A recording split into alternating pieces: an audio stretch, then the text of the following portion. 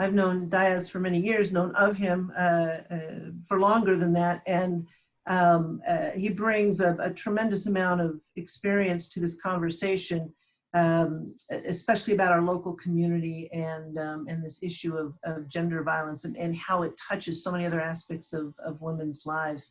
Thanks, Diaz, and glad you're feeling okay. Next slide, please. And I believe that's Monica. Hi there. My name is Monica Dupay. I'm the founder and executive director of the Nevada Youth Empowerment Project. Our main program is our community living program, which is for young women between 18 and 24 who would otherwise be homeless. And although gender violence is affecting about a third of women overall, it's affecting about 100% of the girls that we serve, unfortunately.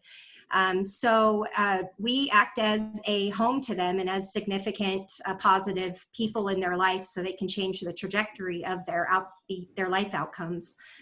So we've been up by UNR now for about 6 years, and we've been open for about 13 years. And again, I've known Monica for a very long time and have been so impressed with the work that she and the staff do at ENYAP. And our Zonta Club has partnered with them for fundraisers and to incorporate art projects for some of the residents there. And it's been a good collaboration. And I'm really glad. I know how busy you are. I'm really glad you're able to make time for this because you also have a lot to do with homeless youth and again, what puts kids on the street. So we'll be talking about that a little bit later in the conversation. Rena? Hi everyone, my name is Serena Evans. I'm the policy specialist with the Nevada Coalition to End Domestic and Sexual Violence. The coalition is a statewide organization, and what we help do is we help make sure that all our direct service providers have the tools and resources that they can that they need to be able to best serve victim survivors. And so we do that through technical assistance, offering up best practices, training and education for not only our programs but for our allied professionals and stakeholders in the community, and then also through advocacy at the state and federal level. And so I really work on those trauma-informed, survivor-centered policies at our state and federal level, working with our program members, stakeholders, and also victim survivors as we try to develop effective policies. So it's a really critical element to this whole conversation about domestic violence, sexual violence, human trafficking. All the program agencies are busy providing services. Your organization kind of helps deal with things on the legislative and policy and advocacy level so that they've got some of the tools to work with.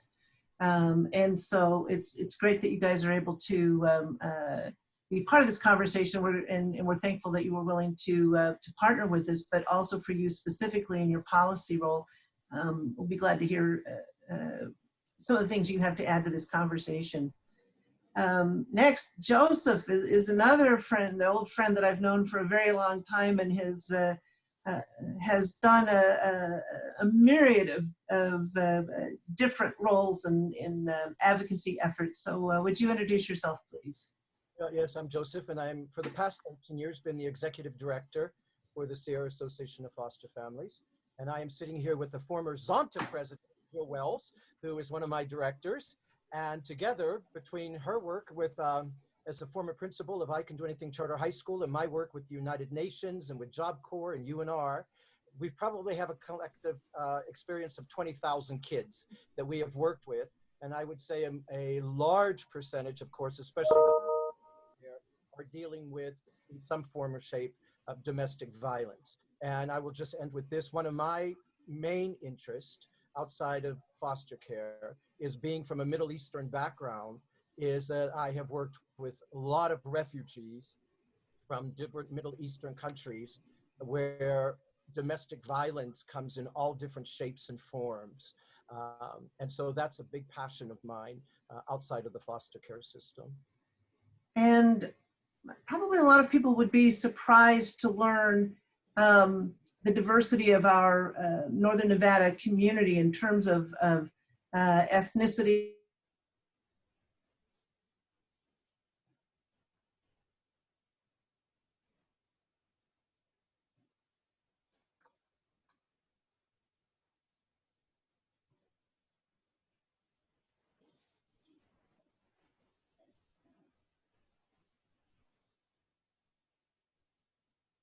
we have? Alyssa, if we could get our next slide, please. I believe it's Sylvia. There we go. Hi, so my name is Sylvia Gonzalez, and I'm the Director of Client Services for the Domestic Violence Resource Center.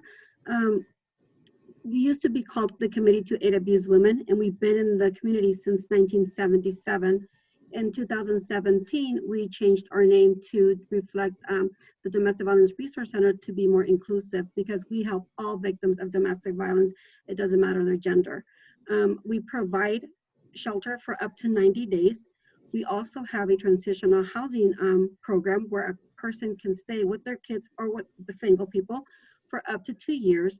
While in the program, they receive a lot of services like financial coaching. We do support groups in both English and Spanish. We have partnered with 2 counseling agencies in town, so we can send our victims for them to receive free counseling. The agency pays for that. So there's a lot of things we do. Also life skills, parenting classes for the women that we have in the shelter, because we want to break the cycle of violence, and we want to let them know that there's something better out there, and they need all of that with the resources that we can provide, and also partnering with other agencies in order for us to make these stories be successful. Thank you. And Sylvia will be sharing some, or talking about some statistics a little bit later in the presentation, but we formed the Zonta Club in Reno in 1992, and at that time, the topic of domestic violence was becoming popular, and in our early formative years, we worked with some members of CAW, as it was known then. And I credit organizations like the Domestic Violence Resource Center and others for creating my awareness and helping my education about this subject, because it's closer to home than most of us think. We may not recognize the signs if we haven't experienced it ourselves. And it's far broader than most of us realize. And yes, this idea of not just tackling a specific instance, breaking the cycle and helping educate and reintegrate women and their families into a different life is part of what all of the organizations represented here on. But it's a big deal to break that cycle, as you say. So thank you for bringing all your lengthy experience to the conversation. Haley, let's talk, hear about what you do at Awaken. Sure. So my name's Haley Miners. I work with Chantel at Awaken. So I'm a youth case manager, so I'm working with mostly students, or not just students, any youth, so whether they're in school or not, but under 18. And but Awaken as a whole, we work with women and youth who have been sex trafficked or some form of commercial sexual exploitation. And so, yeah, every day ranges in different ways, but we offer different kinds of services. So lots of different support, like Chantel mentioned, the school, so case management, which is what I do, therapy, lots of resources to, lots of different organizations we partner with. So mostly just to show them that there's something different out there, and that whatever patterns have been created in their life, whether that's familial or something that is maybe even something new that's happened to them, that we can show them that they have choices that are going to be better and healthier for their life. And so we really just work on building a relationship first and foremost, and everything else added to that as we go. Yeah, and at that level, it really is sort of a one-on-one, creating the relationship, the trust, the sort of changing their orientation about life and what they might expect out of it. And so Zonta Club has also partnered in the past with Awaken, and we have great admiration for the work that you do. Again, sort of an element of violence that's hidden from most of us, and yet far more pervasive than we would like to know. So we'll be talking about that in a little bit. Natasha, is it Nanio? Nanio. Sorry. Nario, okay. So Natasha just got confirmation that she would be part of our panel a couple days ago, so we didn't get a photo of her in advance, but we're really happy that you can be here. And would you tell us a little bit about yourself and about the Intertribal Council, please? Yeah, I'm Natasha. I'm new to the domestic violence field, so it's been definitely a very good experience. And I also, back in my 20s, I did go through a really horrible domestic violence myself. So it kind of took me a long time to, go through that. And I didn't even know about these programs. So it's awesome that these are available. I wish I would have knew that back then, but it's nice to get back in this, join this. And I work for the Intertribal Council of Nevada. I'm the domestic violence advocate. We have 2 other advocates in Reno, our Reno office, and then we have an advocate in Elko. And we serve all 27 tribes, but we do not discriminate, so we do help everybody. But, our main priority is the Native community. And we also do have a transitional housing as well. And most of our services are all emergency services with shelter, just whatever barriers the victim has, we can help with that. And also we have received money from the CARES Act, so that's the program that I'm running right now. So it's nice to, be able to supplement, along with our current services. So. So funding of all these programs and agencies is something that's not part of our subject today, but I'm glad you mentioned it because it's crucial to be able to deliver the services to people, the clients that all of you serve. And part of the timing for this is just in front of Giving Tuesday, which is tomorrow, and we hope that for everyone out there that's joining us in this program, that you will think about how you might support one or more of these organizations to keep up their good work. So Natasha, we're glad you're here, and if you take a look at these other faces, these are people in the community, relatively new and longtime veterans that are people you should get to know, and someday, maybe this time next year, maybe we can be doing something like this in person, a larger conference where we can really expand on how we provide the services and collaborate with one another to strengthen our community. So thank you for being here. And last but not least, Gigi, and the next slide, please. Okay. Hi, I'm Gigi Sevchik. I'm a victim advocate with the Washoe County District Attorney's Office. I've been there 17 years already, and I'm fortunate to work with the team that we have there. Our leader is very passionate about domestic violence. I'm talking about Chris Hicks. We've increased our services.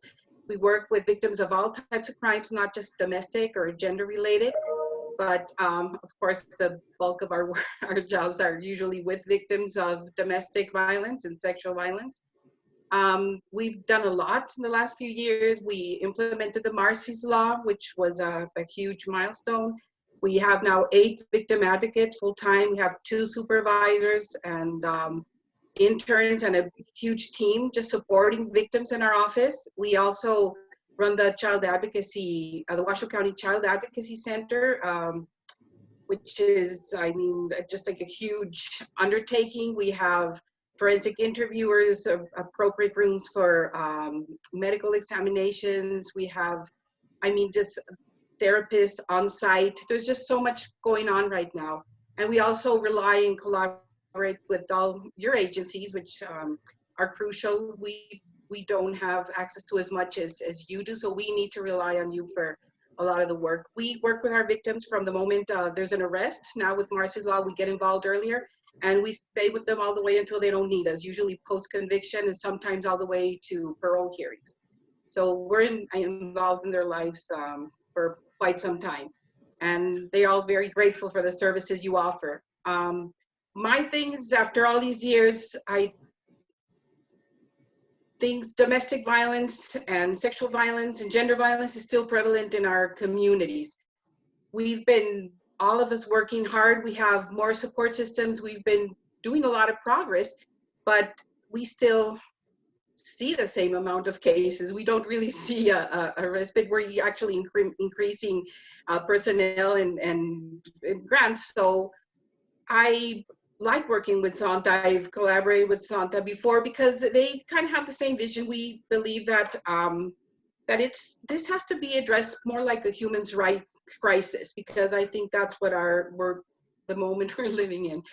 I mean, we have to do. Let me pause right there for a second, and Alyssa, if you will go to the next slide, please. Gigi sent us a few slides to use in our presentation, and so this next one speaks to this issue of gender violence as a human rights issue, and so perhaps with this will set the stage for the conversations we're about to have. So Gigi, go ahead and continue talking about this. Thank you, Joy. So it's finding services and supporting our victims is huge, but we need to end gender violence in our communities. And that's why these forums are so important. And that's why coming together is so important. We need to work through education at all levels of society. We need to educate our employers, because they play a huge role in protecting and helping survivors. We need to reach out to our elected officials. And that's why we rely a lot on the coalition to do that kind of work. But we just can't talk about gender equality if we don't talk about ending poverty. If we don't talk about how the media and social media, video games portray women in our society. We have to talk about gender equality as a human right, and gender violence has to be treated as a human rights crisis. 70 years ago, the Universal Declaration of Human Rights was signed, and to this day, this is not a guarantee for every human in the planet. If you want to go to the next slide.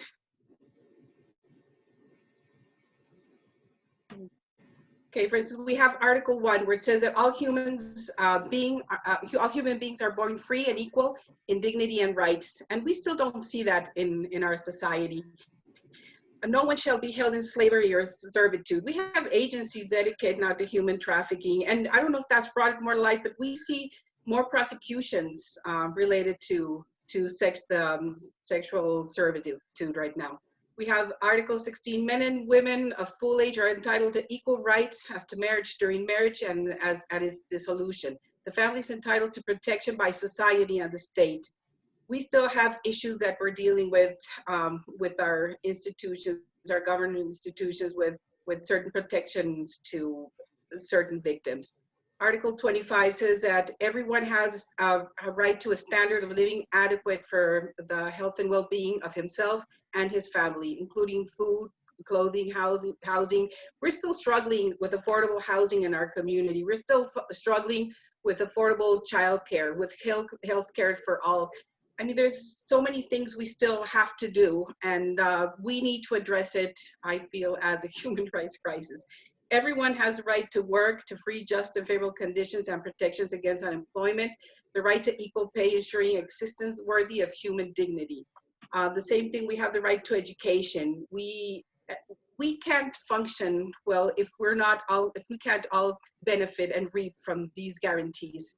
So that's kind of why I feel we need to maybe switch the conversation a little bit more towards dealing with, because if you look at every problem that we're dealing right now in our society has to do with human rights. So until we kind of like put it in that focus, I think we're still going to be going in circles and just trying to patch up and help people move on. But there are systemic issues that I think we need to deal with right now. So I think that's a great starting point. And truly that's sort of the role of service organizations like Zonta International to create awareness, to call this to people's attention, to kind of help foster the conversations, because so many of you are busy just trying to address the symptoms, take care of individual cases, but But yes, we have to shift attitudes, and we have to address these other issues. So we're going to have like 4 basic topic areas this afternoon. The first one is intimate partner violence. We're going to be talking about teen dating violence. We'll talk about immigrant women and domestic violence, and then we'll also talk about human trafficking. So let's go on to the next slide, please. And you may have seen Alyssa just put up in the chat box. If you have questions as we go along, type them into the chat box, and then as appropriate or at the end, we'll try to find time to answer them if we haven't already in the course of the conversation. So intimate partner violence has these elements to it: the physical violence, sexual violence, stalking, psychological aggression. The terminology, I suppose, can sometimes be unfamiliar to people, but the actions are not. Maybe, Sylvia, I'd like to start with you, and because you've been in this field for so long, if you could talk a little bit about how this manifests itself. What do you see at the Domestic Violence Resource Center, and we're going to get some other voices to chime in here, but if you could start us off, please. Oops, and you're muted. There we are. Can you hear me? Okay. So one of the things that we've noticed from a lot of our clients when they come into the office asking for assistance is that they don't think that they're victims of domestic violence. So you have to explain to them that somebody calling them names, degrading them, gaslighting them, making them think like they're crazy, that's domestic violence. It doesn't necessarily have to be that they're being physically abused for them to be considered a victim of domestic violence. We see the sexual violence here. We have partners that are married, they have boyfriends, and they don't feel like they're being sexually abused because they feel like that's my husband, and if he wants to have sex, then I'm going to have sex with him because that's my obligation. So we, in our support groups, we explain to our clients that no is no. It doesn't matter if it's your husband. It doesn't matter if it's your boyfriend. We see a lot of and it's not here, financial abuse. A lot of the financial abuse in our victims, it's one of the reasons they don't leave their abusive partners, because they don't have the resources to go get an apartment or to go rent a motel. They don't, if it's immigration, which we'll be talking about that later on, but I mean, finding or even trying to hire an attorney to represent them in court to fight for custody or divorces, a lot of victims stay at the home because they don't have the money, and there's no agencies out here that are willing to help with divorces. Yes, we have 2 agencies in town, but in order for a victim to be able to get free legal services, they have to have a restraining order. And as we all know, some of our victims of domestic violence do not file for police reports because they're afraid. They don't file for restraining orders. And so we have to take those barriers away when we have victims wanting to come into the office, to go into the shelter, that we do not require from them that they have a police report, that we do not require from them that they have restraining orders, because then they think that we don't believe that they're victims of domestic violence. So when they come in, just like with human trafficking victims, when they come in and ask that they're victims of, that they say they're victims of domestic violence, we have to believe them. We cannot second guess the story that they're telling us, because we're here to help them. And then, but we do see a lot of our clients come in right now because of COVID. Finding for homeless is one of the things. Another thing that they've said is that, let me see. Oh, sorry, let's just change the slide, sorry. We've been getting a lot of hotline calls after March because of COVID. As you know, right now, our office, our doors are closed, but we are still assisting people, even over the phone. We are still placing people in the motels. Our shelter capacity is, we can place up to 25 people in the shelter. So when the shelter is full, then we have to move people into the motels, and we use motels a lot.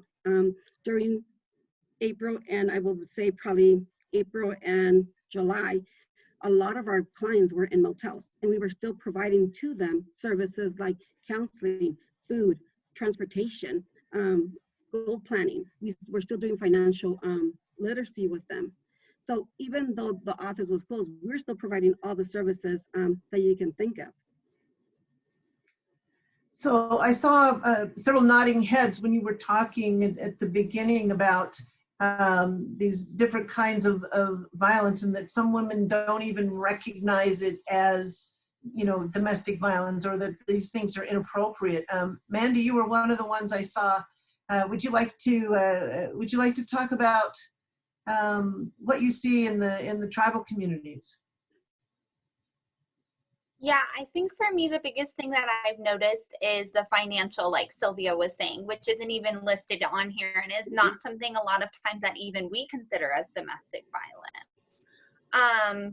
A lot of job sabotaging, which, you know, where a client will get a job and then the perpetrator will cause so much of a ruckus at their work that they lose their job. So now on top of that victim trying to get another job, they have this adverse history where they don't have good references because they were continuously fired from their previous employment.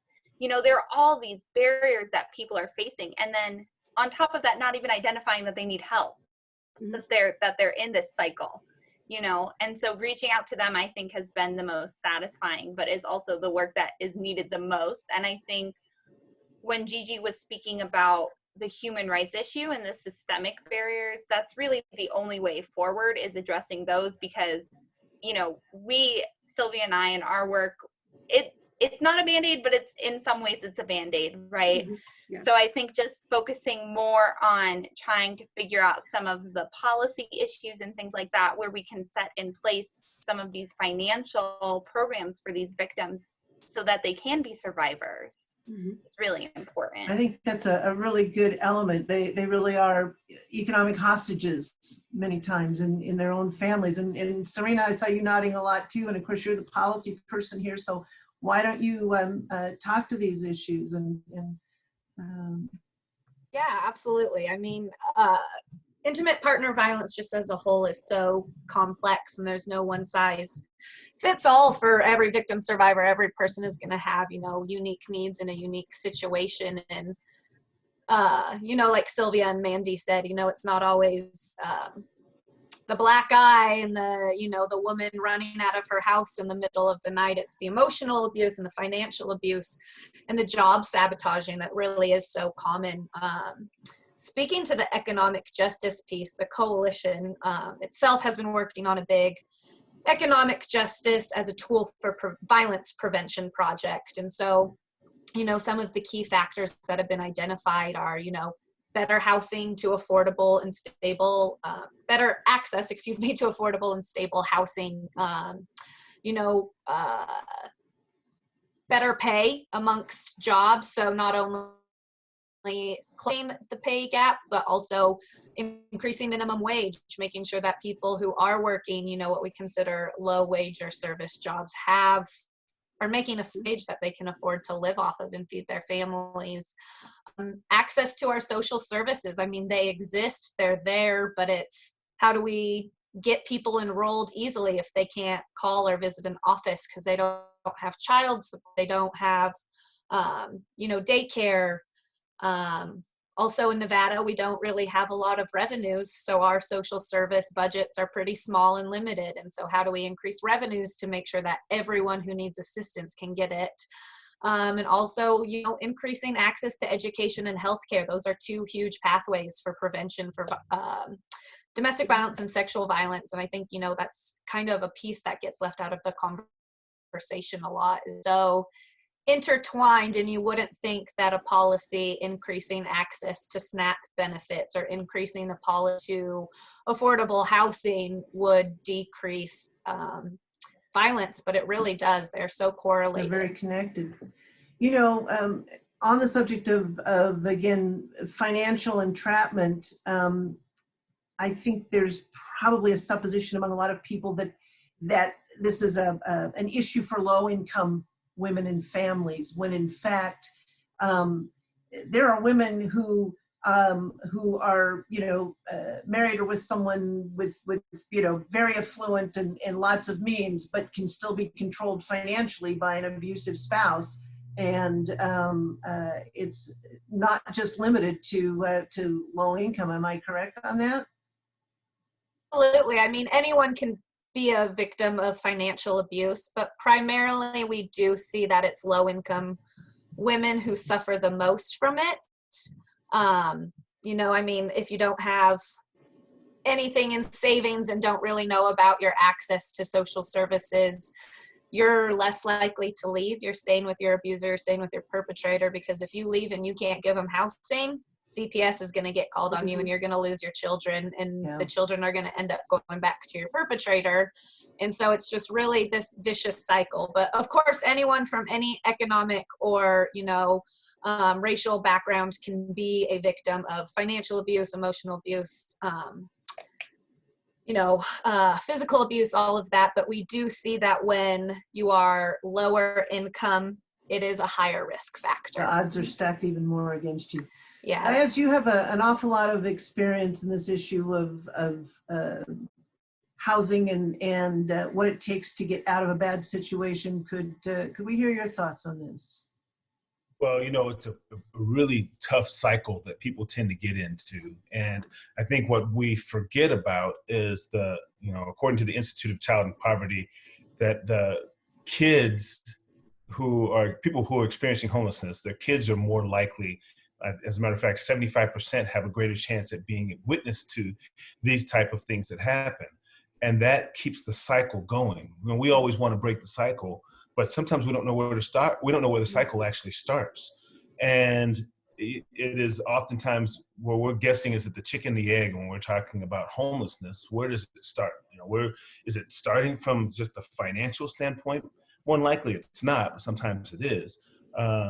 People who are experiencing gender violence get trapped, and they get trapped in more ways than not. And it's not just necessarily the woman or the man who's experiencing it. It's the entire family or the entire system or the people who are close to it. Everyone is impacted by it. And when it comes to the homelessness piece, one of the things that we're seeing firsthand, I was curious as to why there are so many more young males experiencing homelessness, particularly in our area. And I realized that there's a high amount of females as well, but some of those females are trapped with their significant others, and they don't want to. We have some young gals that won't come into our program because of the relationship that they are in, and they don't know how to step out of it, how to reach freedom. So it's really frightening how far the fingertips of this violence stretches across our populations. Yeah, thanks. Chantal, you might have a perspective on this that would be useful to the conversation. Yeah, I was just actually writing some thoughts. I think the biggest thing, and it really goes with what everyone was saying, but particularly what Diaz is finding in his evidence, is that, so primarily I work with youth, but I speak to community all over the community. And usually what we find is our victims people will say, why don't they just leave? And the answer is, well, they think they're choosing between option A and option B. And so they think that they're choosing between staying with somebody who abuses me or going into, asking for help, and then they're going to come after me and abuse me further. Or I'm choosing between, from the trafficking perspective, I'm choosing between being sexually abused by my stepdad or going out in the community and sleeping with people that I don't know, which actually sounds better. And in our healthy view, we know that neither of those are actually the right option. And so as advocates, I think that our role is to show them secret option C, and to make it so it's not such a secret anymore, and to put those tools in their hands to make the resources so much more accessible to them. Because what we've experienced in just listening to some of the stories directly from the mouths of our victims, from their testimonies that they share years into relationship with us once they feel comfortable, is I didn't know it. From my perspective, I thought I only had this option to stay, or this option, it was either stay and deal with what was going on, or I could leave and probably die. And, you know, and that's when we keep all that inside of our minds, that becomes our actual reality. And so for them, that is their truth. And so our job is to kind of bust through that with all the love and support and say, actually, what if we told you that this was possible? And then we put that a little bit more in their hands. All right. I'd like to get one more thought, because some of these, some of the other things that some of you could add to the conversation we're going to get to in a couple other topics. But Monica, your program is a voluntary program. It's not grant funded. Kids have to find out about you some way and get into your program. But this business of how do they even know, and how do they know the world could be any different than what they've experienced is something you've spent a lot of time and effort on trying to understand. Yeah, it's very challenging. I mean, Diaz mentioned some things that, I mean, the longer you spend with the problem, the better you get at solving it, but it takes a really long time to listen to a lot of stories and to watch a lot of approaches and try a lot of things. And in my experience, the number one thing that has worked is building significant relationships with the girls. If you can build really good, trusting, positive relationships with them, that's where the change starts to begin. Because in many cases, these girls were counting on the wrong people for help. And it ultimately caused them to mistrust everyone, and in some ways take on the conditioning of their perpetrators. And so it takes safety and stability in order to feel safe enough to be vulnerable, to try new things, to give it one more chance, to be vulnerable one more time with a positive adult, a trusted person. And then you have to be willing to stick it in there with them for years, because it takes a really long time to change what 15 or 17 years was done to you. It takes a really long time. So making sure that, you know, that these young people are connected to resourced adults that can actually help them. I'm hearing a lot about the policies and about the kind of the lack of things and the different systemic issues that we could work on. That could take a really, really, really, really, really long time. It could take 10, 20, 30 years, the way that we kind of work in our government. And so I would encourage that we have more one-on-one mentoring, more one-on-one of these relationships, because I'm hearing kind of a common theme that it's really connecting with these women, connecting with them, so that they, when they think of someone in a dark time, they think of you and not somebody who's victimized them.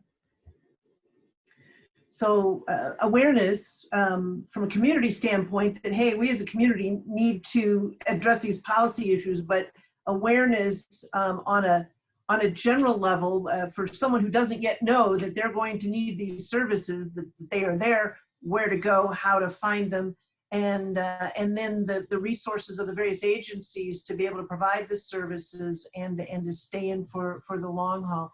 I think at this point, we've got some additional statistics that DVRC provided for us. Alyssa, if we could just go through those to just give everybody a sort of a snapshot of what we're looking at. So here, this is from the Nevada Coalition to End Domestic and Sexual Violence, and you'll see some statewide numbers. So this isn't just Northern Nevada, this is the entire state, but these are actually updated numbers from the last ones that I saw. And so in every metric, we see that 2020 is turning out to be quite a bit worse than 2019. Not a surprise, sort of, I think intuitively we would guess that, but it's a serious and ongoing problem. Next slide, please. Joy, it's Monica. Sylvia, I just wanted to mention that, is COVID considered an aggravator? You know, okay. So a lot of our victims have cited concerns due to COVID for like safety issues as well as economic stressors, because now they're at home with their abuser and they're fighting and they have no other way of getting out. And yes, we have been receiving a lot of calls that have to do with COVID situations, especially because now the abuser is at home. So now they have nowhere, like, for example, we have started getting text messages and even answering calls via email, because the person cannot call us and ask for help because the abuser is there listening to everything they're saying. So yes, it is a factor.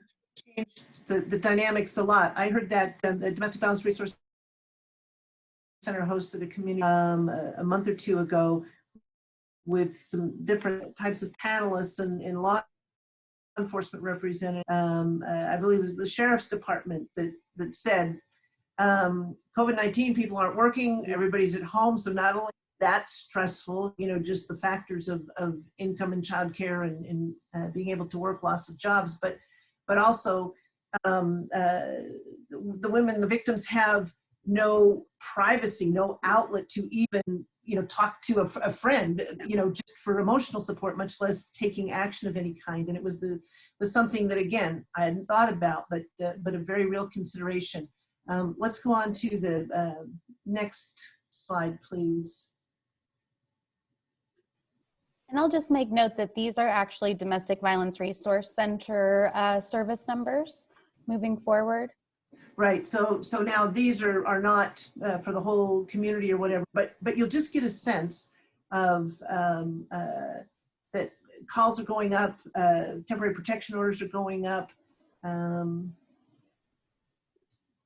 Alyssa or Sylvia, I'll let you guys see if there's anything in particular you want to point out about these slides. I want to move through them fairly quick here. So you'll see, I mean, from 2019 to 2020, we've had a lot of increases in everything, hotline calls on TPO services, vet nights at both either motels, shelter, or transitional housing. So everywhere you see, I mean, this last year, everything's been skyrocketed. And I don't know if that at all has to do with COVID or it's just, I don't know. I mean, changes of circumstances, yes, which it's hard to say. Has produced. And I think. And this slide basically just explains. Sorry, Joy. But this slide basically explains the financial literacy program is our financial coach that we have right now working with our residential clients. And she's helping them do budgeting.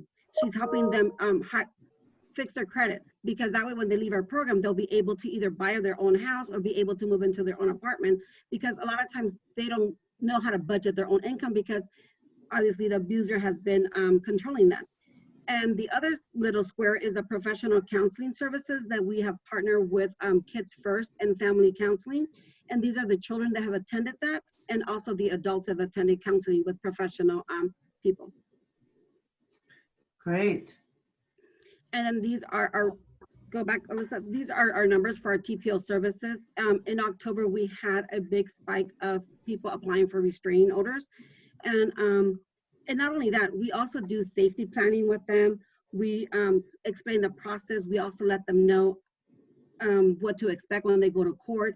A lot of the courts right now are being done via Zoom, and we do have our clients come into the office and we can sit down with them while they're doing their Zoom visits for TPO, because a lot of them are afraid and they don't know what to expect. Yeah, I mean, it's a scary, you know, it's a scary process. And I think most of us don't really have a sense of what that's like. Natasha, maybe in this group, you're the exception, although maybe not. But would you like to talk about this issue, both from a personal standpoint as well as what you do at the Intertribal Council about victims taking that first step to make a change in their situation? Yes. Well, when they come, you know, just talking about it, like just, you know, being able to talk to somebody, you know, as what you guys mentioned earlier, some of them don't even know, you know, they're in a domestic violence situation. And I mean, just a lot of them, they do just want someone to talk to. That's what, from, you know, being on the line, you know, that's what I've experienced, you know, just that relationship, you know, someone, you know, being on their side and acknowledging, you know, what they're going through. All right. So since an awful lot of you either currently work with organizations oriented towards youth or have that experience, let's go to the next slide about teen dating violence.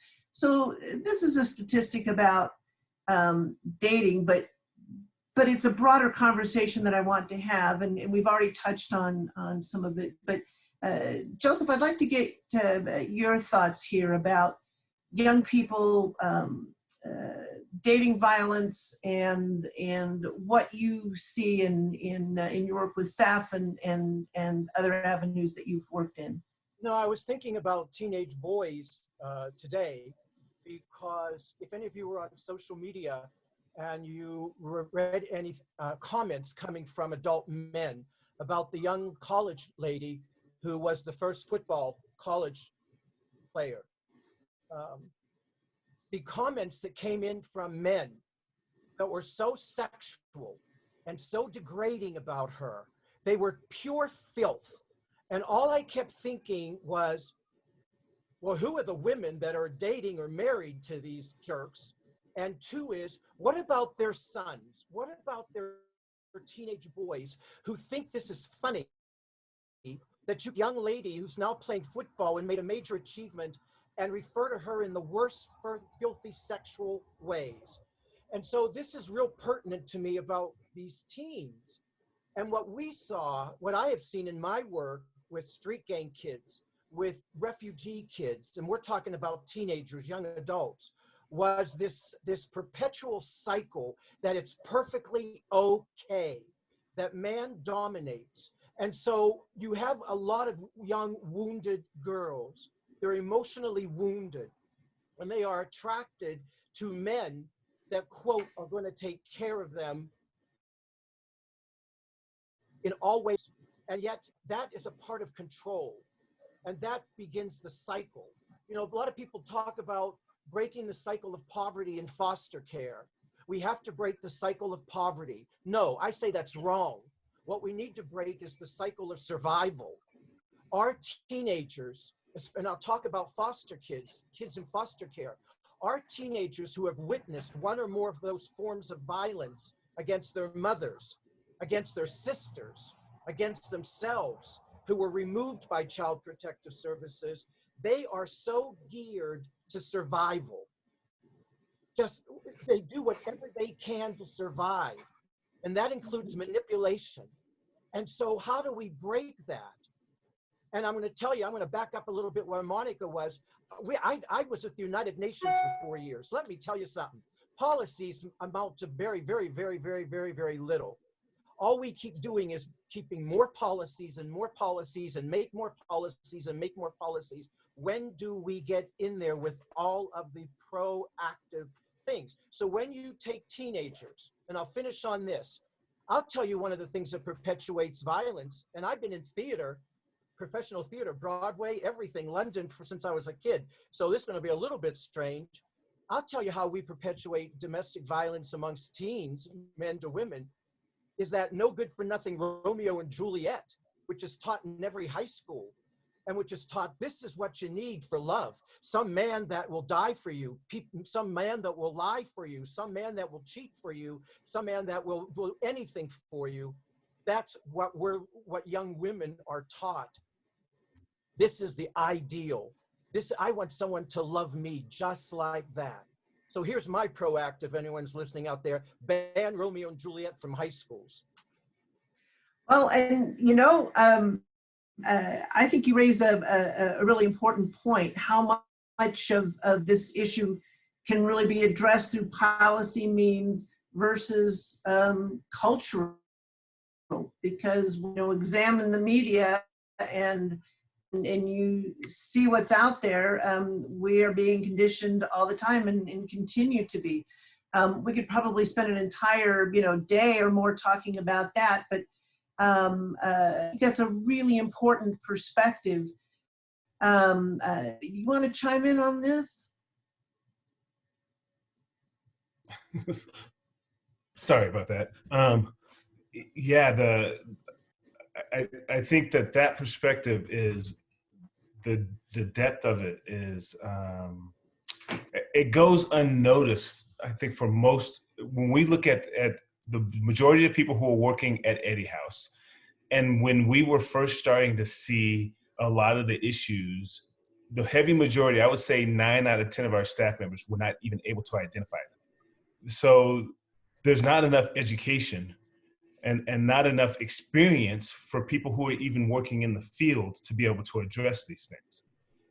We have a program where we're working with homeless youth, and we've got one marriage and family therapist. I have my master's in counseling, but outside of that, we've got just a lot of people who are passionate about trying to get people off the streets.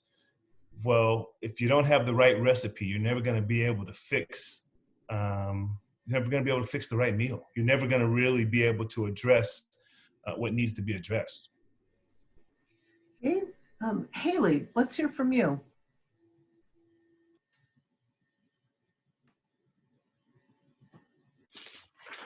Well, I mean, I would just agree with kind of what everyone's saying. You know, if these girls are not just girls, I mean, the boys too, but specifically we work with women and young girls. And so, you know, it's looking for love in the wrong places. It's looking for, you know, a dad figure, especially when it comes to trafficking victims. I mean, the reason they even fall into hands of traffickers is because they're looking for someone who will promise them something different, promise them something that no one else has ever offered them, and are really, really good at schmoozing them and convincing them that they can give them whatever that is, you know, and then grooming them. And, you know, the violence, when we talk about, I mean, just the violence, I mean, there's a couple different kinds of pimps, but the one that's most common is guerrilla pimping, which is they're basically the gorilla to the woman. They're awful. They treat them like garbage, and they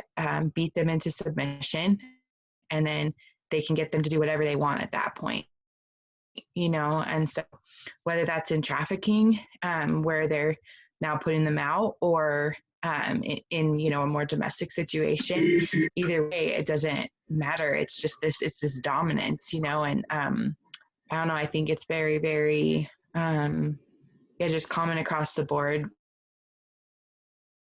regardless of the situation for it. It's all the same. Like the root of it is the same. The girl is looking for something, or the individual, I should say, is looking for something, you know. And that, I mean, that's why we exist. We can show them there's something different, but in them access to it, you know, we have a long way to go still. So let me ask the group in general. I don't have somebody specific in mind, but are the seeds for adult violence and gender violence related issues, are the seeds for that in young children and teens? In other words, if we wanted to address the larger societal issue, are we needing to address it at the level of, you know, 12 to 18-year-olds? I'll take. Serena, nodding your head. Well, I'll let me, Joseph go first, okay, and then I'll go after. Thank you.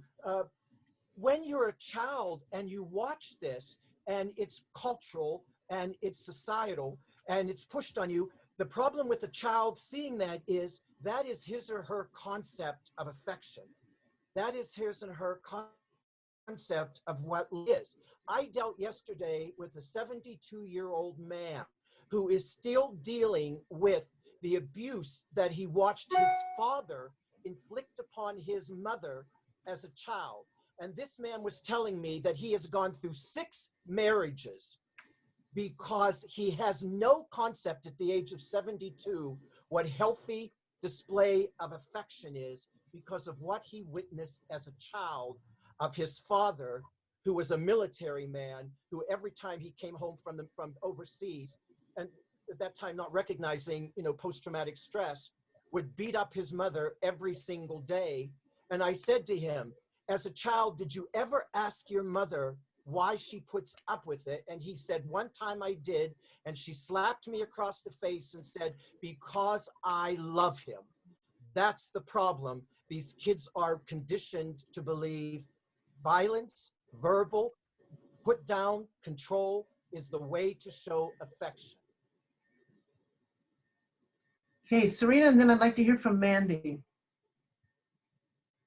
Yeah, similar to what Joseph said, I mean, abuse is a learned behavior. So whether you're learning it from the relationships in your own home or you're learning it from, you know, TV shows, but we really do glorify toxic romance. And so specifically in teen dating situations, you know, a lot of victims don't recognize that they're a victim. You know, oh, he's just jealous that I'm out with my friends, or oh, he's just texting me 57 times wanting to know where I am. It's fine, he cares about me, that's why he's doing it. Or the other way around, it can be women to men as well. I do want to recognize that it's not just women. And they don't really ever get the proper intervention. And so I think part of this is absolutely prevention and getting someone in schools that's specifically trained in proper intervention to teen dating violence.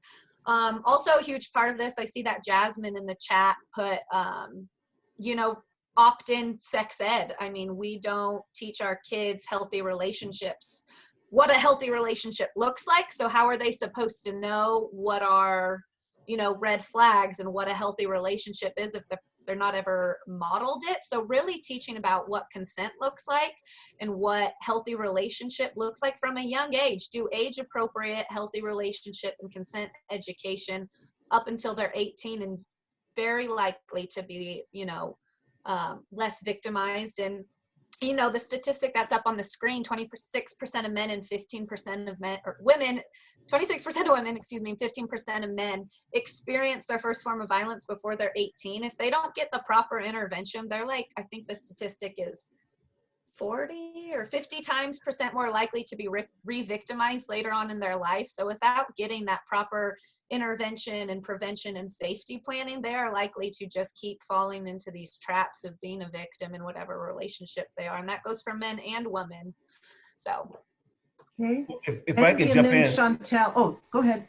Well, just to piggyback on what Serena was saying and talking about that victimization over and over. And also, I think it's really important when we're talking about the education piece, how early it has to happen. It is before middle school for us to have the heavy impact. But the other thing that we often don't take into consideration is what is the language that we're speaking when we're trying to teach these kids. So the typical approaches that we use in most of our modern approaches in counseling tend to be Eurocentric.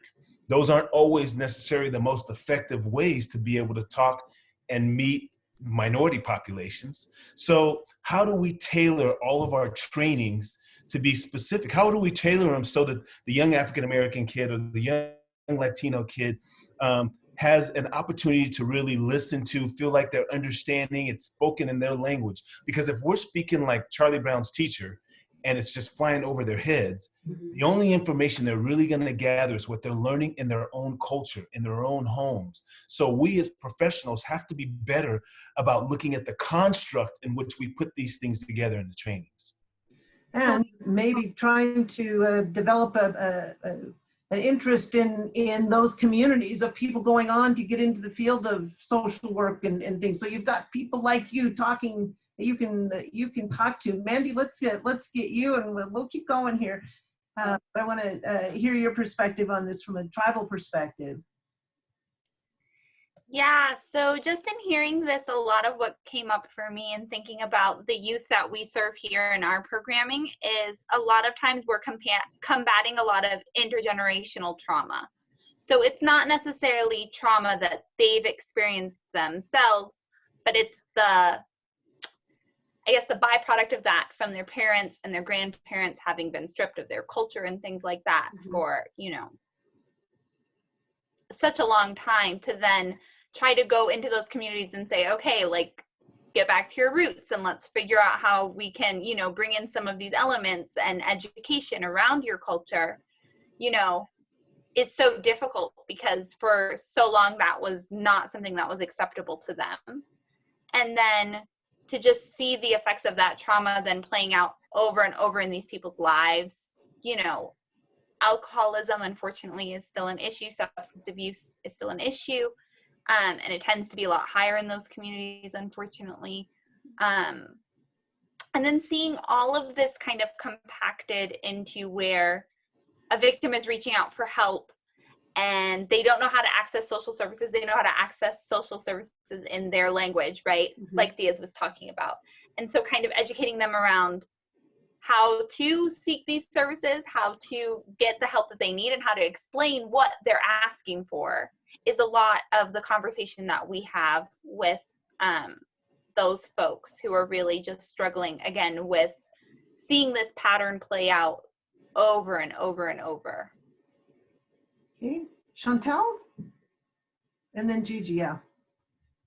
Yeah, so kind of piggybacking off of what the guys are talking about, Joseph and Diaz, one of the things that I've actually just noticed on a personal level is just watching through TV shows and talking with kids about TV shows that they're, you know, what are you binge watching right now? And we have those kind of personal relationship conversations. And every single show, like television show that's out there right now that would even be considered, say, a comedy or something that centers around family, the men, if there is a husband, he's a moron. Like, he's always written like an idiot. And then the women, if they are strong women, very often they're not written as strong and kind or strong and loving or strong. You know, it's like they got to be one or the other. And I just think that's such fake news, right? I mean, I feel like I'm a pretty strong personality, and I've been told lots of times that I'm very nice, and so I know it's possible, right? And I think that that's such a disservice, and it's such a subtle thing that we have out there. But you know, we're allowing whatever show writers or book writers or playwrights or these people to actually tell us how to live, when it really should be the other way around. You know, our TV should reflect who we are and how, because what we want, that's why reality shows are so popular, right? Is because we relate to what's on TV. And I just think if we were a little bit more particular about the things that we watch or we talk to our kids, you know, same thing with music. You know, it's you've got these artists that are so popular, and it's almost like they have just no idea how effective somebody's singing about so in such a degrading way about a woman. We've got these kids that are just like, oh, it's a catchy tune. I didn't even know what it was about. And it's like, what in the world are you saying over and over every time you listen to this song, until that truth becomes your reality? You know, you've said it so many times now, that just really must be what's true. And one of the things, so I taught 5th grade in the school district here in Washoe County for several years. And one of the lessons that I actually include every single year with just about every grade, but particular for 5th grade, because they're getting ready for middle school, is how to give and receive criticism. Could you imagine how different everybody would be if they actually took some intentional time and learned how to properly give criticism? I mean, that's a job skill, right? And they also learned how to receive it. And so we do things like we'll write blog posts, or you know, we'll create whatever our project is, or we'll do an assignment, and we actually get to give and receive criticism to people. And it's sort of a lesson within a lesson, but it's such an intentional space of teaching people how to speak up for themselves. And so if somebody says something really rudely, they're allowed to say, you know what, I really appreciated your feedback, but you actually said it kind of rudely. You know, is there another way that you could say that? Or it would have felt better to me if you would have at least included something that you liked instead of just something that you don't like. You know, and those are skills that we use in our workplace all the time. Those are skills we use in professional relationships, personal relationships, with strangers at the grocery store, you know, and those are not things that are just taught in every household. For a lot of functioning and healthy families, that's a normal.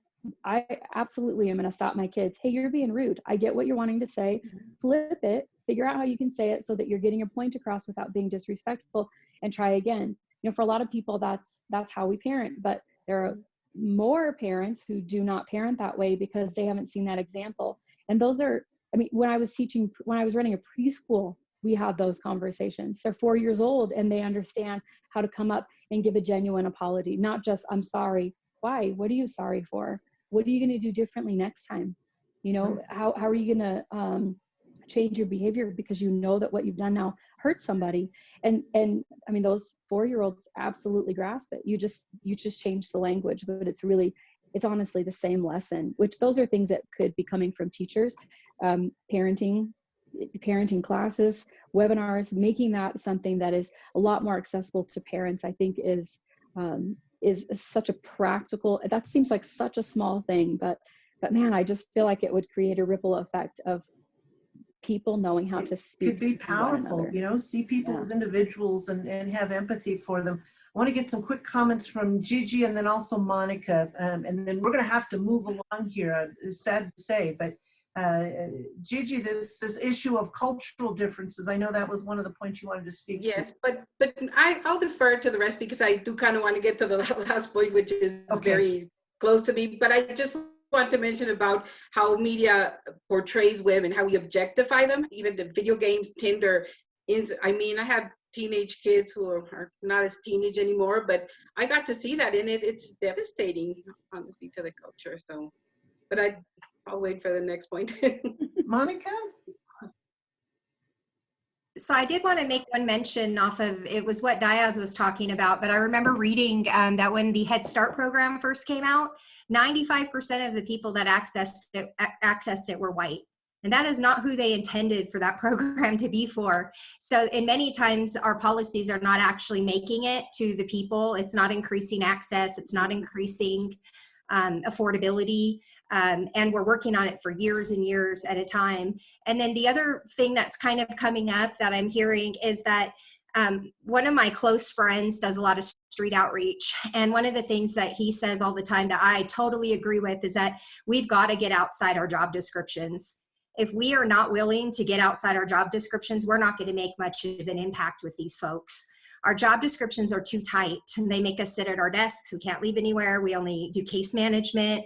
Mm-hmm. They need lots of hand-holding, program navigation, just innovative, creative problem solving outside of the box, a willingness for us to actually lean in and kind of come closer to the drama.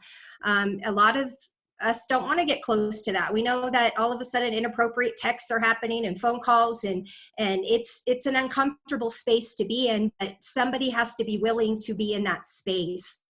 And then at some point, I would love for Zonta and the same group to have a conversation about women who are objectifying themselves.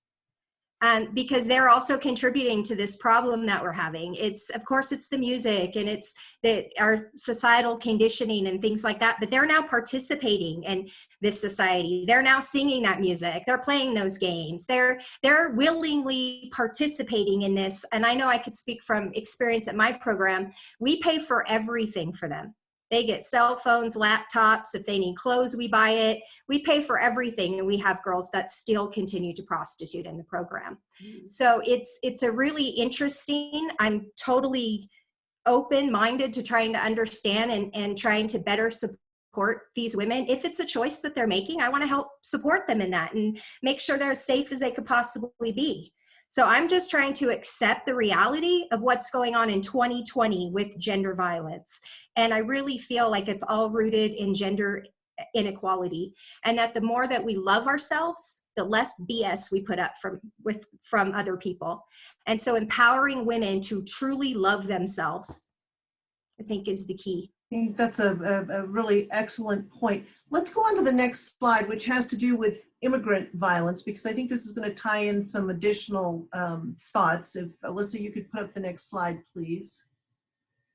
So we have here's some statistics that I think you can read. But Sylvia, I know you were going to make a point on the last one, so let me go to you and because I know certainly a certain number of your clientele come from the Hispanic community. And Gigi, you can talk about this as well. Tell us how this affects minority populations and both from an education and a reporting and a willingness and a cultural. Well, with a lot of things that we've seen with our immigrant women is that, first of all, they don't have a social security number. So they leave their household and how are they going to find a job? Because you have to have a social. So they either have to work under the table and they're making less money than a regular person would. Not only that, how are they going to get an apartment? Because if they don't have a social security number, where are they going to go? But one of the things that we've also seen with our immigrant women is that in our countries, back in Mexico, if a woman leaves her home, in Mexico it's called abandono de hogar, which here is basically saying abandonment of household. They think that those laws in Mexico are applied here in the United States. So when the husband is telling them, if you leave me, you're going to lose custody of your kids, you're going to lose custody, anything that we have, our house, our car, you're not entitled to anything. So when they call us and ask us for help, they're like, well, if I leave the house, I'm going to lose everything. And when we tell them those laws do not apply here, they're shocked. But at the same time, they're leaving, they're coming into the shelter, they have no family, no friends that can assist them. They either have to work to pay their rent or work to pay childcare because they can't afford both things. And we had a case not too long ago, probably about 6 months ago, where the woman had left her partner after he sexually abused their child. They came into the shelter. She had a good paying job. Her car broke down. She didn't have a driver's license, didn't have the money to get her car fixed, didn't have daycare. So what she ended up doing is she ended up going back to Mexico where she had family support. And her kids are US citizens because there was nothing out here to help them. And those are the kind of things that we see. Women that apply for, let's say they call the police and they have the partner arrested and then they get a restraining order and they go through the process, then they can apply for the U visa or BAWA program, which right now it's taking from 3 to 5 years for them to even get a work permit. I mean, and not only that, another thing too is if they want to apply for welfare benefits or even for Reno housing, they're afraid that if they apply for these benefits later on in life, they're not going to be able to stay here in the country legally because now they're a burden to society. So that's a lot of things. And another thing, the language barrier. I mean, they can come to an agency and if you don't have Spanish speaking or Spanish speaking staff, how are they going to communicate? Just by walking in the front door, it's already taking them a lot to take that first step. And if there's somebody there that doesn't understand their language, it's like a door closes in their face. So the good thing with Serena is that we use the language line, which has been very helpful to us. And they have provided technology. If we have any clients that are hard of hearing, we have now iPads that we can use and we can communicate to these clients. Gigi? Yes, Silvia said it, and we kind of share the same clients, the same Latino immigrant victims. There is what they call the public charge rule, and that excludes these victims from actually applying for these services. They can apply and get them, but their fear is that they won't be able to get status later on. And I mean, everybody, they use their legal status to manipulate and coerce these women into staying, which is terrible. The delays in immigration processes right now are huge, and the denials, because we used to see that maybe there was a delay, but now we're getting these overturned, these applications overturned for the U visas and the self-petition. So that's terrifying. So that's also discouraging some women from actually applying. And we know that the Latino population has been hit at higher rates with COVID than other groups. So, and they have to keep working and they have to keep, I mean, it's horrible. I just feel that their situation right now with the anti-immigrant sentiment has aggravated kind of these domestic violence issues as well. Joseph. We can't hear you, Joseph. Oh. Joseph, we're not hearing you. I'm not muted. Okay, there you go. Okay, now speak up. Yeah. I came back to the States living in Israel and Turkey, and then went to an Indian reservation. I really saw the difference. And I want to address something positive, and then I'm going to address something that people won't like. But it's important not to skirmish. When Chantel was talking about the media, three brief things. There is a long-standing television show, and I'm not going to mention the name, but you'll guess it. It's like in its 20th year on NBC. And every perpetrator tends to be either a minority or a former foster kid. Get it? And this is a popular show for 20 years. So talk about labeling somebody and stuck in that. Two good shows that deal with cultural aspects are on Netflix from the Middle East, from Israel, called Unorthodox and Shitzel, which really teaches what a woman in a very stringent Orthodox religious society can do to be herself and experience her own life. It's a teenage women of every religion should see that series, cultural. Now, so in Reno, we'll just say Reno, we have more than, obviously, as we all know, a Latino population.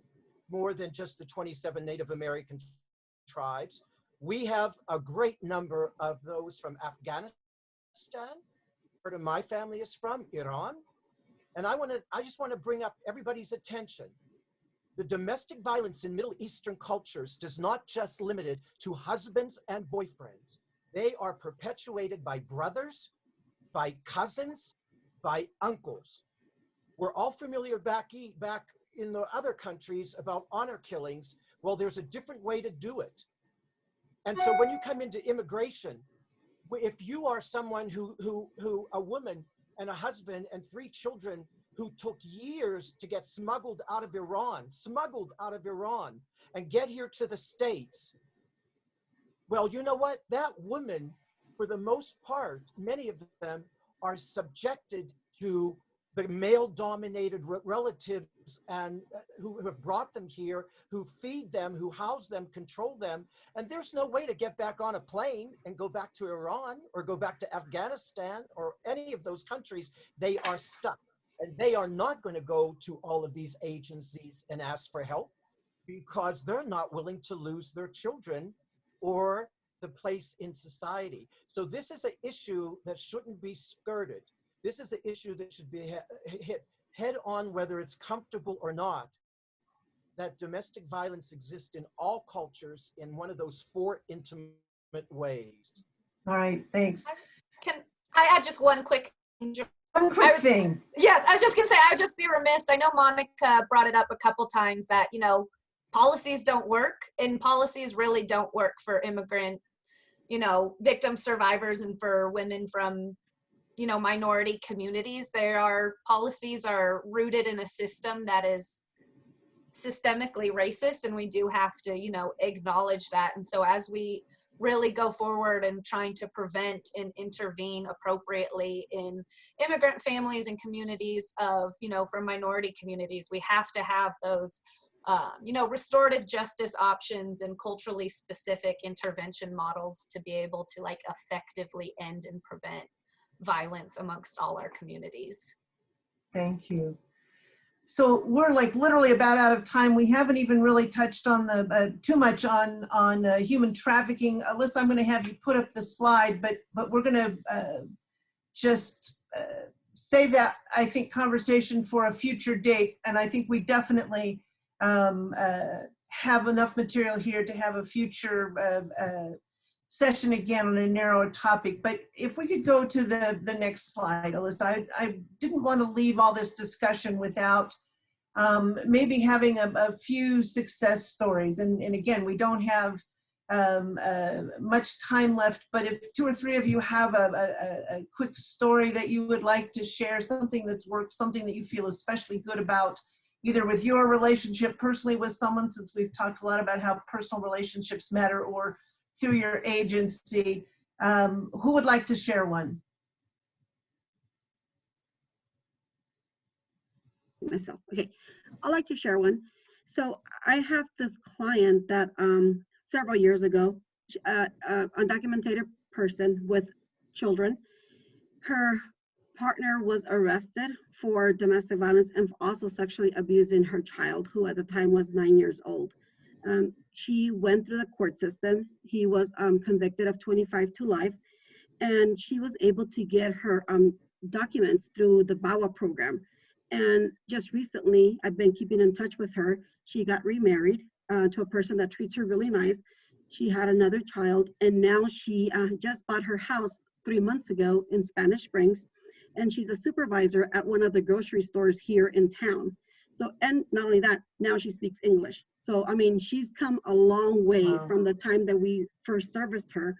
And I still remember when she got her green card, she was crying because she's like, I can't believe I got my green card because of what happened to my child. And she's like, if I can just turn back time, I would not want my green card. I would just want my child to be whole again. But, you know, right now, at least her child right now is doing much better. She did go into counseling. The child is going to UNR to be a psychologist, to be able to help other kids in her same situation. So that's a great good story. You must feel very proud. Yes.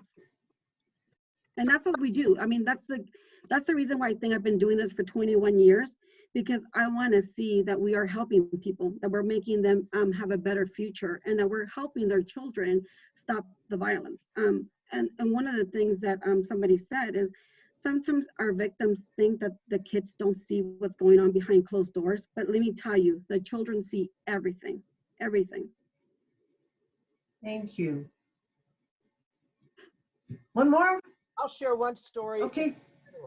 I would tell you, because Jill, your former Zonta president, still sitting here. We have seen the use of the arts, dance, music, theater. We're not talking about witnessing. We're talking about putting kids in it.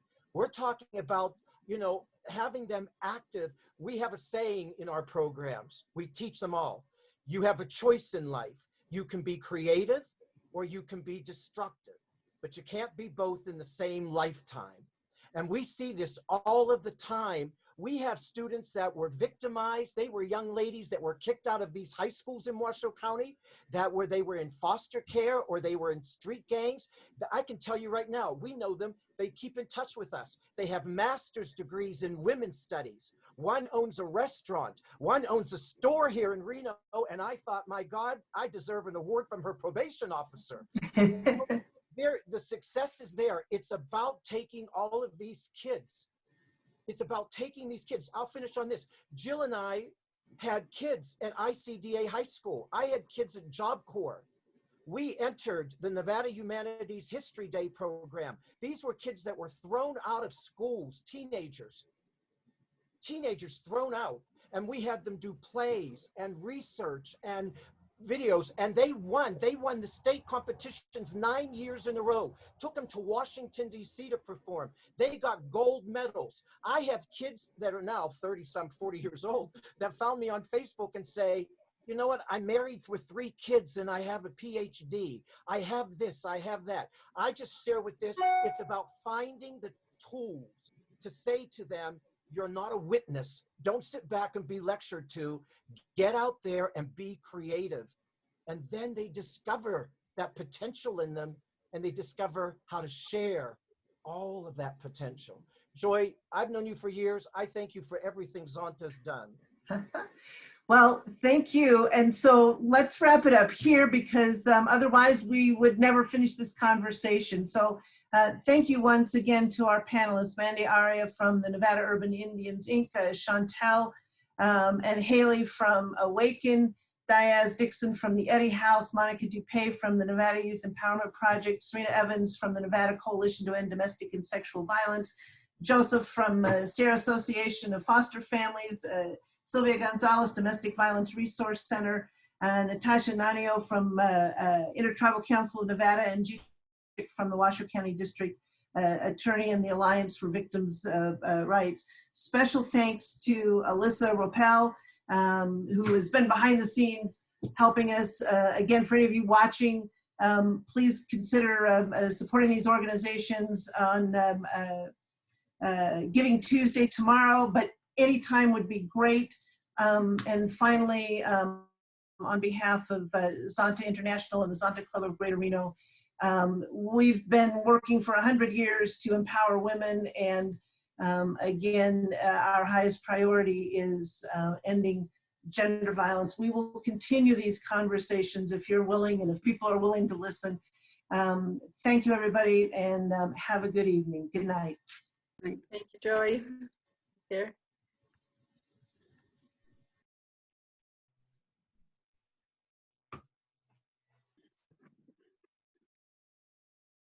Good night, everyone. Good night.